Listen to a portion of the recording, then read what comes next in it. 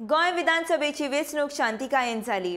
2017 तुळणे मतदान 3% उणें जालें आसलें तरी सांकळे मतदारसंघांत सगळ्यांत चड 89.64% मतदान जाल्ल्याची म्हायती मुख्य वेंचणूक अधिकारी कुणालान दिली। हे फावट मतदानाच्या आंकड्या वयल्यान कोणाची धांदळ जातली हाचो तर्क लावप कठीण जावन रावला। कुणालान दिल्ले म्हायती प्रमाण गोंयांत 78.94% मतदान जालें।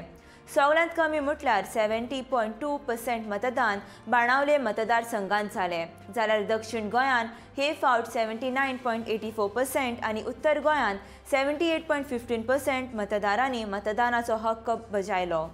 10 मार्चाक निकाल जाहीर जातलो।